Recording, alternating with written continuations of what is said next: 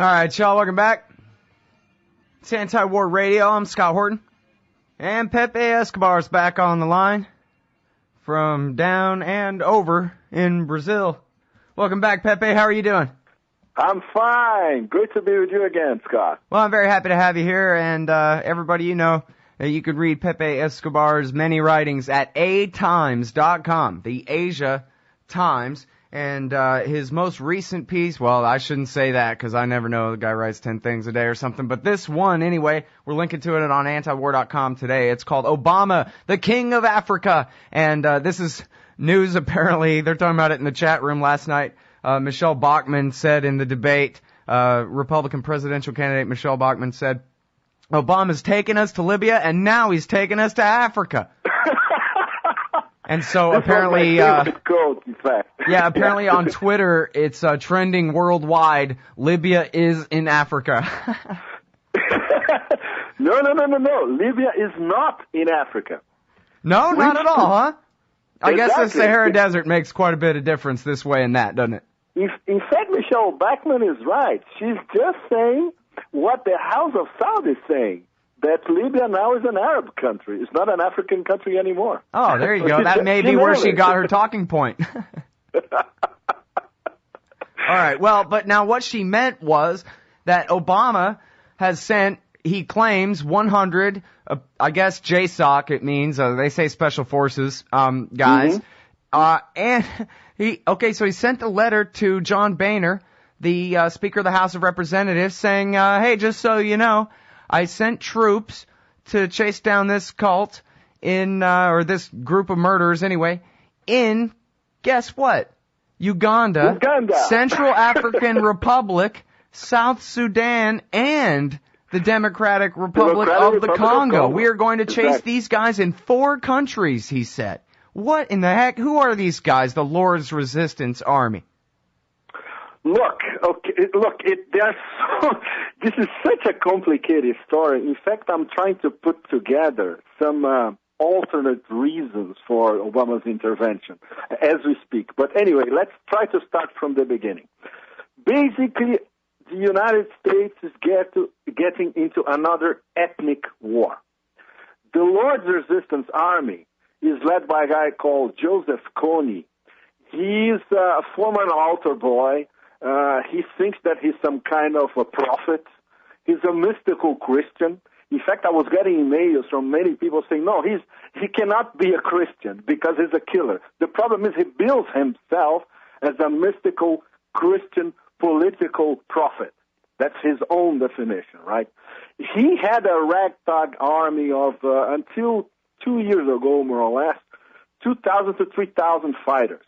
But at this moment, they have no more than 400. They are at their lowest ebb and flow for the past 15 to 20 years. They are basically from northern Uganda. And the government, it's led by Museveni, which is another crackpot, tinpot dictator, is Bantu. So we have an ethnic conflict between the Luo in northern Uganda with the Bantu in southern Uganda, which are controlling the government for the past 20 years. In fact, Museveni is a kind of dictator for life. He's been in power for 25 years, very much liked, of course, in the U.S. and European capitals. He stole the elections in last January in Uganda, and he's going to pull a kind of Nazarbayev in Kazakhstan thing, dictator for life. So, why now? The problem is everything is interlinked. Libya is interlinked with that area, the tri-border area, let's put it this way, in Central Africa. Uganda, Southern Sudan, Democratic Republic of Congo, and the Central African Republic. Very strategic as well. And the Horn of Africa. The whole thing is interlinked. It's part of AFRICOM's push into Africa. So, part number one of the equation. Okay, the U.S. has a base in Djibouti, but this base is not big enough as a huge military base to control the Horn of Africa.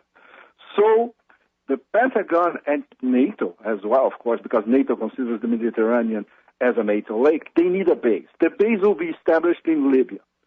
It's still a long shot because Libya, as we know, and as we can see nowadays, it's in civil war still, and it's going to be in civil war for a long time. So that's the tri-border strategy, the three-pronged strategy, let's put it this way. Horn of Africa, Libya, and Central Africa. Why Central Africa? First of all, Uganda, for the U.S. and for the European, especially for the English, it's an Anglophone country, basically. It's more or less an undisguised colony of the Anglo-American compound. It's strategically located. It's very close to South Sudan. It's very close to Congo. There's lots of oil and minerals in the whole area, including Uganda itself. So what do you need over there? You need American boots on the ground. And this is what we have, and this is the first installment. They are being billed as advisors. So remix of Vietnam in the early 60s is in order. It started with a bunch of advisors sent to southern Vietnam. We all remember that. And we all remember what happened afterwards. So expect more people in the long run to start coming to this, probably what, they're going to establish a military base in Uganda. It's very possible. And these guys are JSOC. They are very well-equipped special forces. So it's going to be counterinsurgency, recon, all sorts of gathering intelligence of all sorts of places in this crucial area, and also laying the ground for the protection of, guess what, pipelines. Once again, there are two pipelines in this story. One pipeline in southern Sudan, now an independent country, and it's going to become another colony of the U.S. and the Europeans.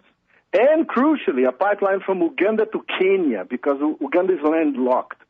They discovered within the last 3 to 4 years, they discovered huge oil deposits in Uganda. The British say it's several billion barrels of oil. Nobody has a definite estimate. So to export this oil, they need a pipeline to go to Kenya. So obviously, you need European or American boots on the ground to protect this pipeline. And this also is, the big picture is the confrontation, now direct, in fact, between the Pentagon's AFRICOM, of course, and China. Because China, they had interests in South Sudan. They are not directly implicated in Uganda, but they go to Congo because Congo has lots of minerals and interest for the Chinese. So the whole Central Africa region for the Chinese is also strategic. So it's direct. It's the Chinese commercial interests with their billions of dollars of investment and no interference in local politics in Africa against the Pentagon AFRICOM strategy, which is militarization or sort of humanitarian imperialism, barely disguised like this interference by press release by the White House directly into Uganda. All right. Well, a lot to go over there, but I think I just want to start with the irony, I guess, that, they used to have this whole PAL doctrine that said no more Vietnams. We want to only do overwhelming force, get our mission done, declare victory, and get the hell out of somewhere so that the politicians don't do this to us again, the military guys. And now look at this. They're just looking for Vietnams to fight. And I guess from that point of view, this thing really is perfect. You invade sub-Saharan Africa, you can wage war there forever and ever. What? An armed group of guys with guns and pickup trucks. Get them. That'll keep going forever. Pepe? Yes. Look, this is completely crazy because... well, leave it right there. It's completely crazy. Now, yes. We got to take this break. We'll be right back with Pepe Escobar after this, everybody. ATimes.com. Look him up. He's in the viewpoints today at antiwar.com today. You can find him there too. All right, y'all, welcome back. It's Anti-War Radio. I'm Scott Horton, and on the line is the great Pepe Escobar from the Asia Times, and we're talking about the American colonization of Africa. And, of course, we knew this was coming. Once you say that you have such a thing as called AFRICOM, we all know that what good's an AFRICOM if you're not using it. and that obviously the people there are going to find a million excuses if they can, or they'll make up a million excuses if they need to, in order to establish their own power and influence, if only in D.C. To hell with Africa. And now here they have their pretext, and their pretext is a group of 400 guys with pickup trucks and AK-47s who are brutal, and according to Human Rights Watch, they have committed some absolutely heinous atrocities. But this has got to be the thinnest pretext that American government officials have ever had for going to war. I mean, it's just insane. And you put in 100 JSOC now, that just means that they're going to disband and melt away and go find more recruits and spread into countries where the JSOC doesn't have permission to go yet.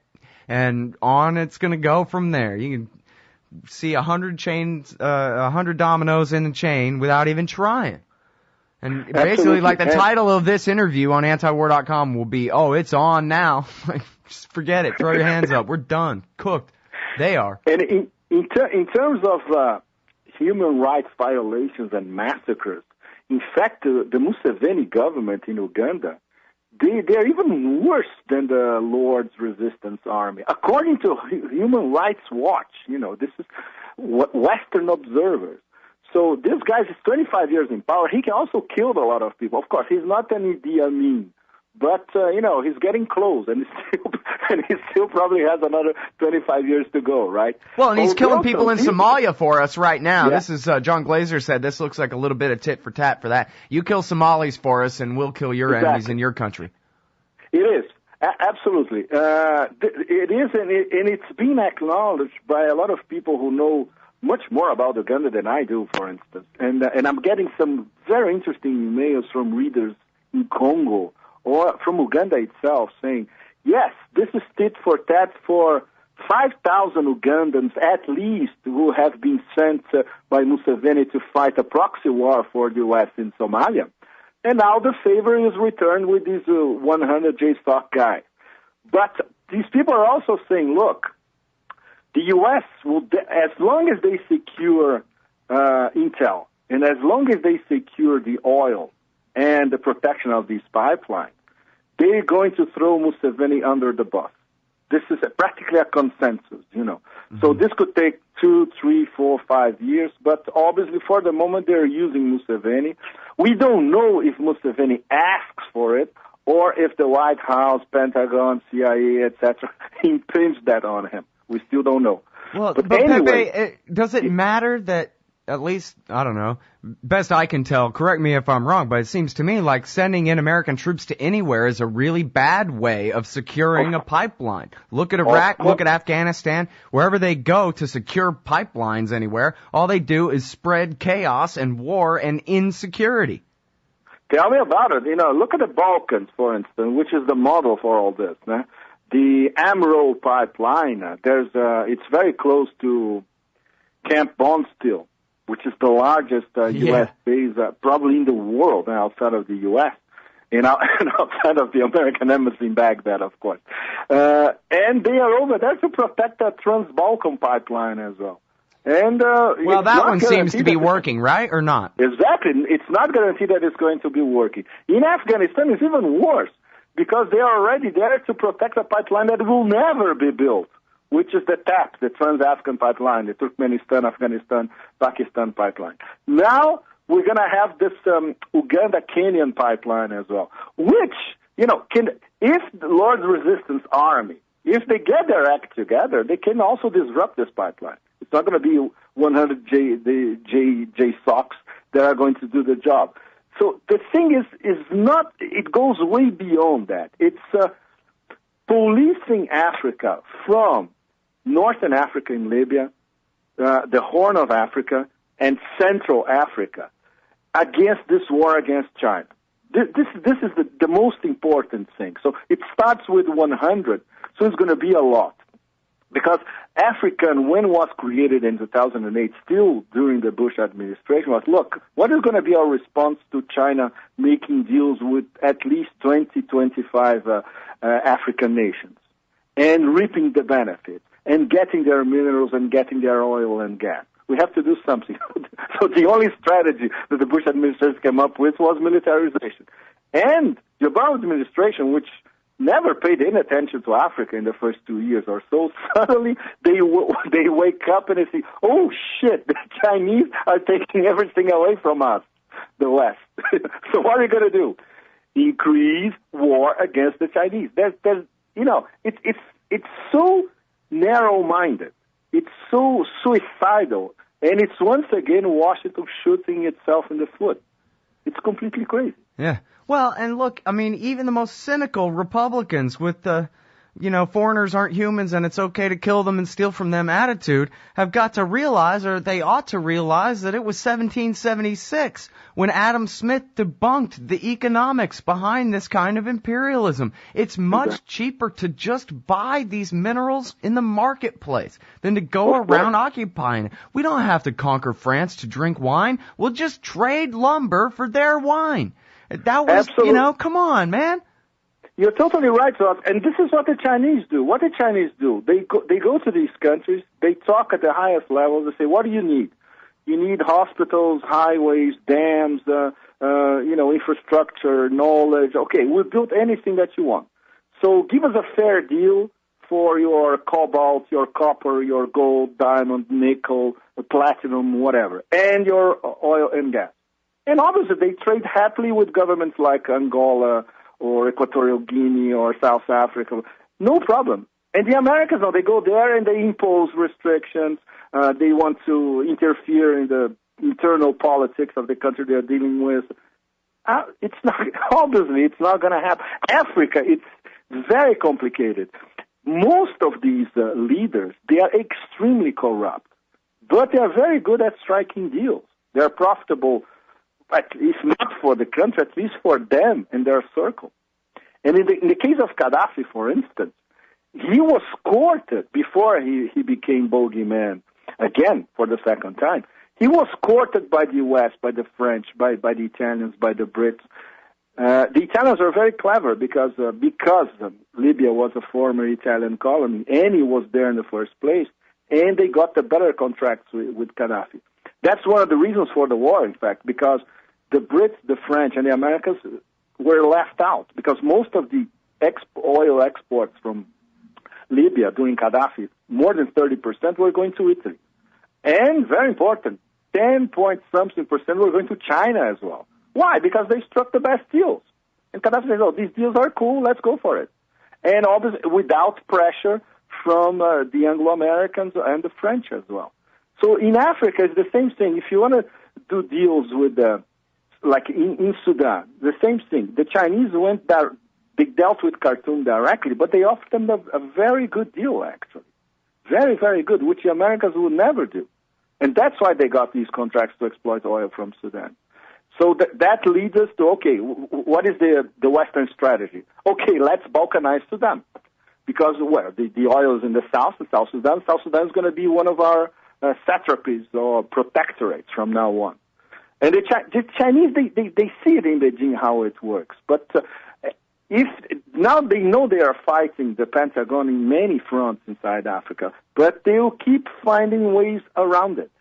Because the direct relationship between Beijing and most of these governments, if not all of them, is at the highest level. They have a espèce of entente cordiale, They know each other and they know how to do business with each other. And the fact that they are not being interfered with in their internal policies is very important for all these African regimes or dictatorships. Mm-hmm.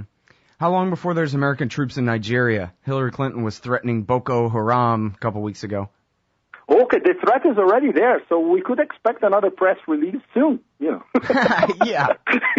Well, we're going to liberate those people. Although exactly, there's the whole of Africa to be liberated, Well, I don't know. If there's one silver lining on this, it's the transparency of the pretext, right? I mean, this is simply colonialism. America is Europe now. And, or I guess you could flip it the other way. We're reversing our old slave trade history. Now we're just going to conquer them and enslave them in their own land. And, I don't know. Maybe that'll make it a little harder to get away with. The fact that it's just so blatant and cynical and exploitative, but maybe not. I don't know. I'm very curious about what's going to be the Chinese response to all this. I'm sure they have, they usually, in China, they work with the 5-year plans, and they have plans up to 2040, 2050. I'm sure they already analyzed the contingencies. Okay, the Americans are going to try to encircle us out of our strategic points in Africa. What are they going to do? We still don't know. It's too early to tell.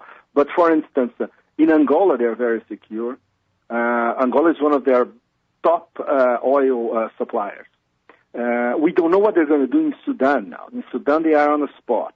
And Libya was not very important in the first place. So, I'm very curious about the Chinese response. It's going to take a few months for us to see this strategy, especially if they're going to alter their commercial strategy in China, or if they are going to start pressing for more sources of energy in Central Asia.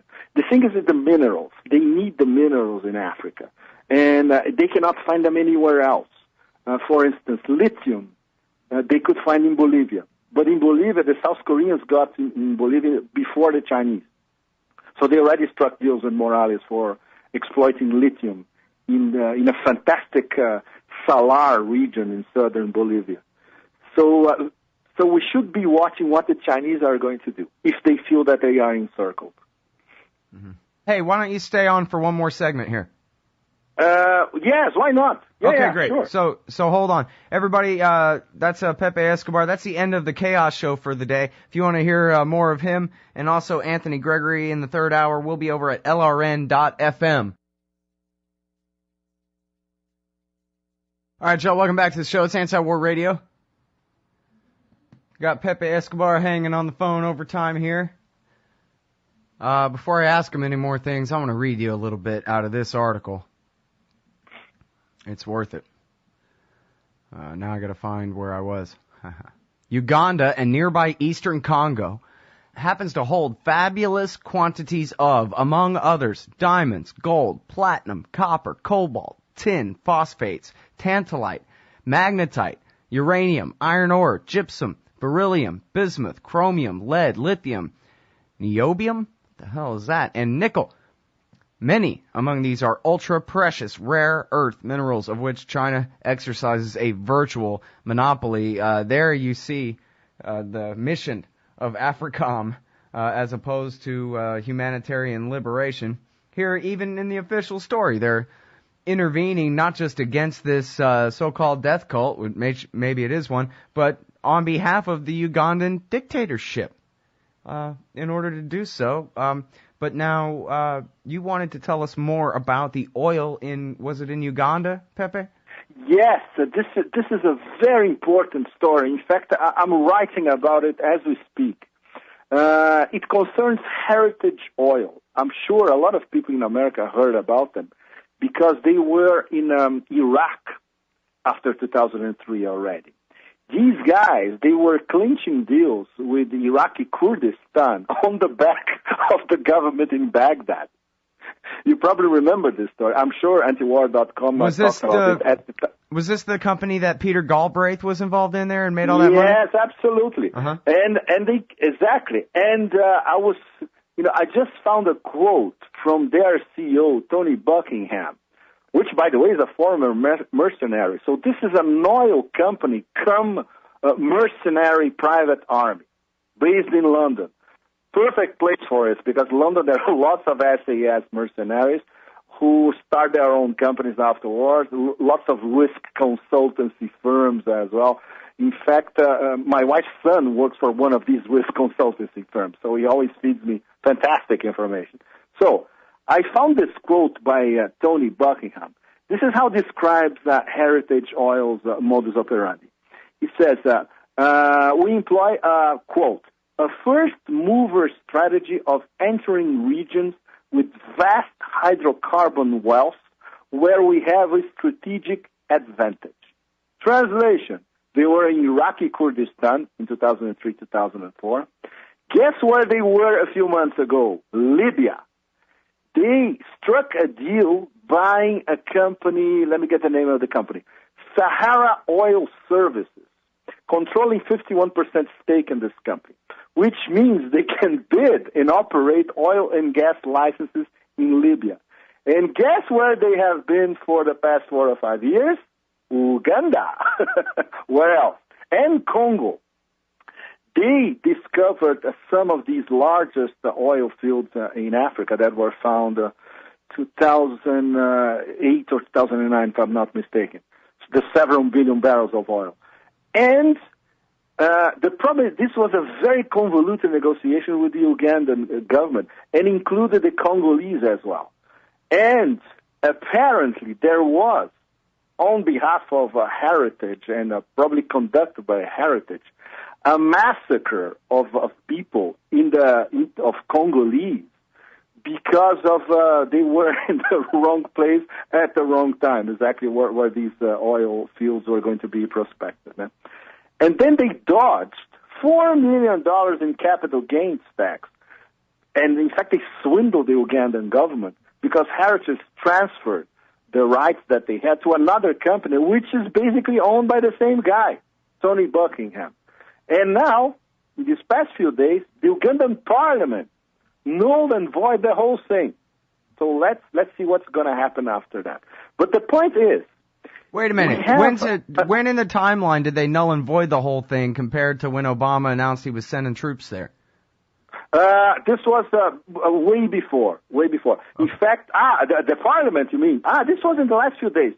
Look, I don't have the exact date here. Just a sec. I'm just checking this as we speak. No problem. It's Pepe Escobar, atimes.com. The article we're discussing is Obama, the King of Africa. It's in the Viewpoint section today at antiwar.com. Look, this is fantastic. Look, there it is. It was only a few days ago that they nullified this, in fact, this transfer from Heritage Oil to, it's called Tullow Oil as well, which is basically a spin-off of Heritage, with the same people in charge. And they got away with a lot of money out of it. $500 million. From the information I get is that they swindled $500 million out of the Ugandan government. And then the Ugandan MPs, they discovered this was a swindle, you know. And it's interesting, this happened only a few weeks before Obama decides by press release to send the 100 guys over there. So this explains a lot of stuff of what's going on, right? And once again, we have the same oil company which was present in Iraqi Kurdistan. It is present in Libya, and it's at the heart of the oil deals in the Uganda-Congo border, in fact. So it's amazing, isn't it? It's practically in your face. So if you have access to information, you can understand the timeline and understand why, in the oil energy angle, these JSOC guys are going to Central Africa. Mm-hmm. All right, now, if it's okay, there's so many different directions. I want to ask you about Sudan and Nigeria at the same time, but I'll have to pick one. I'm all for secession down to the last man. I want 7 billion nation states in the world, if that's what we got to call them. So, all things being equal, there's no reason anybody who doesn't want to be ruled by the politicians in Khartoum should have to be. On the other hand, this entire secession of southern Sudan was really just one big CIA plot, am I right? Yes, totally. Especially because, let's say, it's part of the bigger picture of the U.S. and major European powers staking their ground in Central Africa, in a crucial area where they can use an Islamic threat or Islamic terrorist in power, like they used to characterize the Khartoum government, to start balkanizing countries, like they did in Sudan. The fact that the balkanization of Sudan constitutes a huge problem for China because most of the oil in Sudan is in the south. And Sudan is a very important oil supplier to China. Then they're amplifying their range because now this includes South Sudan, Central African Republic, the Democratic Republic of Congo, Uganda, and even Burundi as well, which is not far away as well. I'm sure all these JSOCs are going to all these 5 countries. I used to think that they would do like the Hollywood types wanted, and they'd invade Western Sudan in the name of the battle going on between the nomads and farmers there in the Darfur region, and then they would use that as the back door into Southern Sudan where the oil and the Chinese are. But apparently they found a better route. They found a better route as well, absolutely. And also we haven't even talked about the Kenyan invasion of Somalia. Yeah. Which is ongoing. All right, well, I'm already going to have to keep you for one more segment to talk about that. Let me see if I can get a quick answer here about Nigeria, because if you want to talk about Somalia, let's talk about Somalia. But real quick on Nigeria here now, you know what, African geography is not my specialty here, but if I understand right, the so-called the Boko Haram, so-called Al-Qaeda tied Islamic terrorist guys, they're not really where the oil is. They're in the other part of Nigeria from where the oil is. The guys who are the rebel fighters where the oil is aren't Muslims. They have some weird mystical religion based on who knows what, but it's not an Islamic tradition, my best information, but that's what they really want there, and they're headed that way, aren't they? Am I right? Yes, true. But the oil in Nigeria is basically secure. There's no need for any foreign intervention in Nigeria to protect oil shipments. Well, it's been a few years, I guess, since I've read about it. But was that insurgency put down then? Yes, totally. Absolutely. Totally and absolutely. I want to pick that up on the other side of this break. And then we'll talk about Somalia. Yeah. It's Pepe Escobar. ATimes.com is the website. The article is Obama, the King of Africa. All right, y'all, welcome back to the show. It's Anti-War Radio. I'm Scott Horton. I'm talking with Pepe Escobar from the Asia Times, ATimes.com. Talking about Obama, the King of Africa. And where we left off, we were talking about the former, I guess now, rebels in the Niger Delta. And, it was January 2007. I interviewed Sebastian Younger about his Vanity Fair article, Blood Oil. And it's about this group calling themselves the Movement for the Emancipation of the Niger Delta. And they were basically the locals, and their government had sold them out and given all their oil away to Shell Oil. And, of course, they were polluting all their natural fishing grounds and everything, not just stealing all their property, but destroying what they had left, too. And so they started kidnapping people, not hurting them, but kidnapping them, giving them a little bit of that Stockholm syndrome that, hey, we're people, too, and you guys are stealing our stuff, and then sending them home with a pat on the head to try to convince the rest of the executives that what they were doing was wrong. And they had been in some battles, and they had this magical belief system that said if they paint little white circles on their skin, that'll make them bulletproof. And they had a bunch of brand new Eastern European fully automatic rifles, and seemed like there was going to be something there. But then when we went out to break, Pepe, you were saying this insurgency has been put down in Nigeria completely. Yes, basically. So let's say this is, and for another intervention. For Western intervention in Nigeria, it's too complicated because the oil is more or less assigned and it's being exported to the clients already there.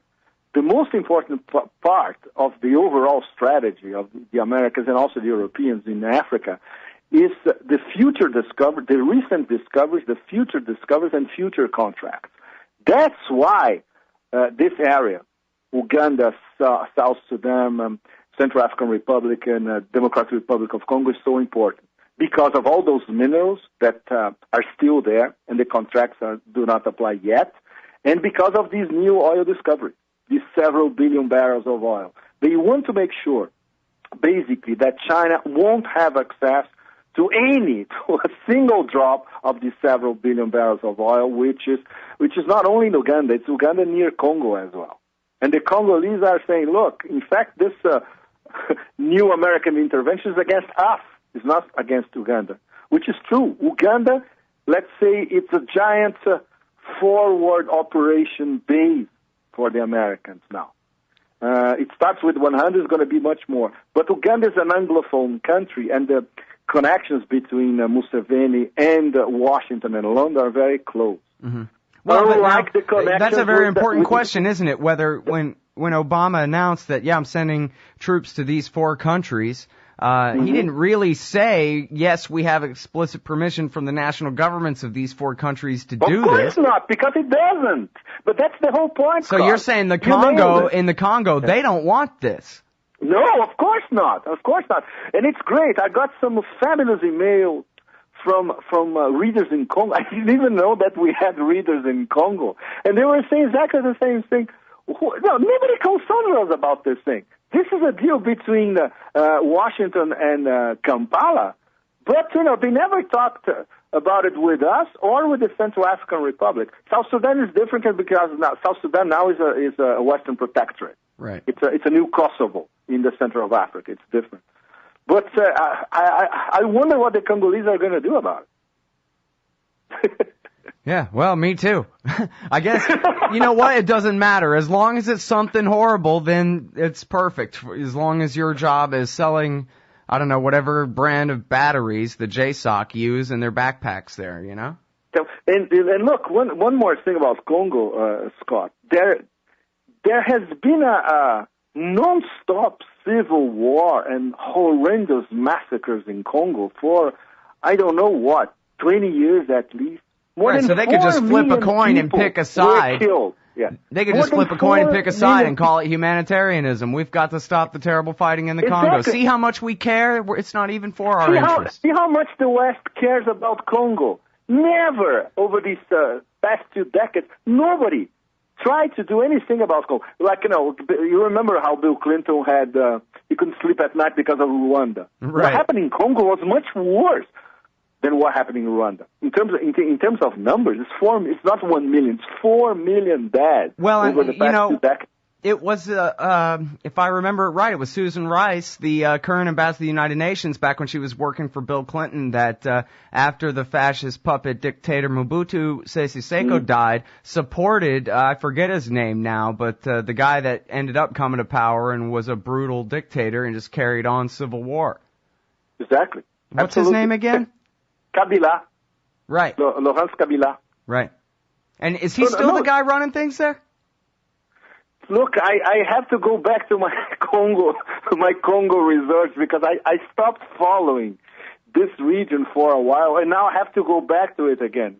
Well, it's a lot of imperial satellites to try to keep track of. There's 192 countries in the world. I think the Russians and the Chinese are the only ones with any real independence at this point. I will recommend your listeners to check a website called allafrica.com. If you want to keep up with at least with what's going on in most African countries on a daily basis, this is a very good source. Of course, to get inside information is another story, but at least to keep it up, because there's more than 50 countries, and there's so much happening in all of them at the same time. You know what? I screwed up and I forgot. We got to talk about Somalia real quick, Pepe. Tell us about the Kenyan invasion of Somalia. This is an American thing, isn't it? Okay, Somalia, the point I wanted to make is that the U.S. tried a first proxy war against Somalia via Ethiopia. It was a total disaster. Now they are trying a second. In fact, they tried a second one with Uganda, which is ongoing. And now they are trying a third one via Kenya.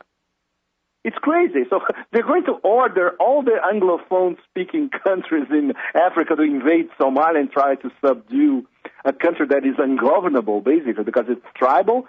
And there is a conflict even inside Muslims, inside the Muslim community. The Al-Shabaab, they are hardcore, but most of Somali Muslims, they're, I would say, I could even compare them to the Indonesians in Southeast Asia. They want a peaceful Islam. They are not Wahhabi style driven. It's completely different. If the West, especially the West, they have left the Somalis to solve their own problems by themselves. This is what they were doing when they had those Islamic courts in Mogadishu. It was working very well. And in fact, it was not controlled by the hardcore jihadis. It was controlled by moderate Muslims. But the U.S. said, no, they're Al-Qaeda in power in Mogadishu. We have to go there and do something about it.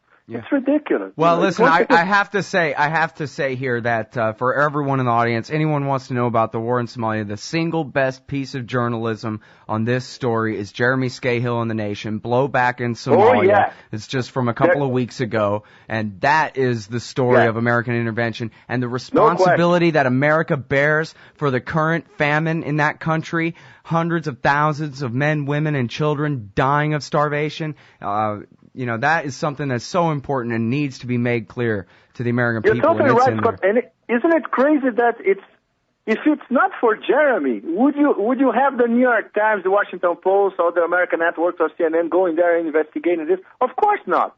Nope. No, all we ever got out of that was independent journalism for that kind of stuff. That's right. All we ever got out of Somalia was bits and pieces. Exactly. Yep. Exactly.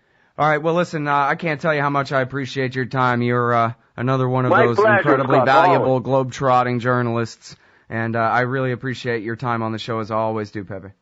Always a pleasure to be with you guys. I wish I could supply more info. Okay, well, let's wait for a few weeks. Yeah, well, this war is going to last forever, so we have plenty of time to catch up. It's the long war, remember. Yep. Very long. All right, thanks. Till the dollar breaks. Thanks, Scott. Thanks very much. See you, Pepe.